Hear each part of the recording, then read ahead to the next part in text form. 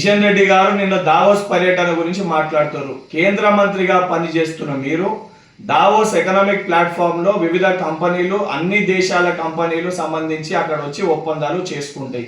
ఆ అవగాహన కనీసం మీకు ఉండాలి. ఎందుకనంటే ఇదే దావోస్ లో ఉత్తరప్రదేశ్కి వెళ్ళి మహారాష్ట్రకు సంబంధించి బీజేపీ పాలిట రాష్ట్రాలు అంటే బీజేపీ ముఖ్యమంత్రులు కూడా దాంట్లో పాల్గొని వాళ్ళు కూడా భారతదేశానికి సంబంధించిన కొన్ని కంపెనీస్ తోటి ఒప్పందాలు చేసుకొని ఆ సంబంధించిన ఇన్వెస్ట్మెంట్స్ ని ఆ రాష్ట్రాలకి తీసుకొని వెళ్ళడం అండ్ ఎంఓయూస్ కూడా సైన్ చేసుకోవడం జరిగింది. మీరు ఏ రకంగా అయితే తెలంగాణ రాష్ట్ర ఎంఓయూస్ పేపర్లకు మటుకే పరిమితం అయితే అని మీరు మాట్లాడుతుండ్రో, అంటే మహారాష్ట్ర దానితో పాటు ఉత్తరప్రదేశ్ ముఖ్యమంత్రులు మీ ఫడ్నవీస్ గారు చేసుకున్న ఎంఓయూస్ కూడా పేపర్లకి మటుకే పరిమితమా? ముందు దానిపైన తెలంగాణ ప్రజలకి మీరు స్పష్టత చెయ్యాలి, స్పష్టత చెప్పాల్సిన బాధ్యత మీ పైన ఉంటుంది.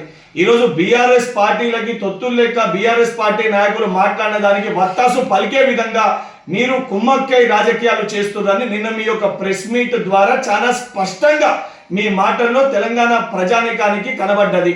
అండ్ నేను సూటిగా ఒక విషయాన్ని ప్రశ్నించదలుచుకున్నా.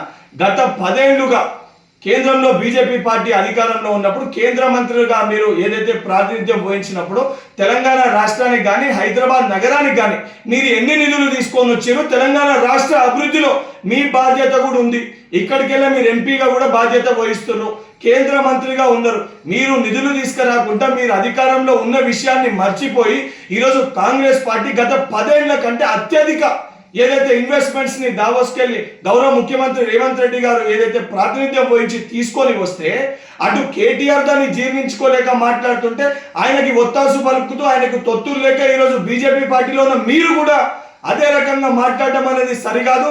నిజంగా మీకు బాధ్యత ఉంటే తెలంగాణ రాష్ట్రానికి తీసుకురావాల్సిన నిధులు తీసుకొని వచ్చి దాని తర్వాత మీరు విమర్శించాలని చెప్పి కిషన్ రెడ్డి గారిని హెచ్చరిస్తున్నా.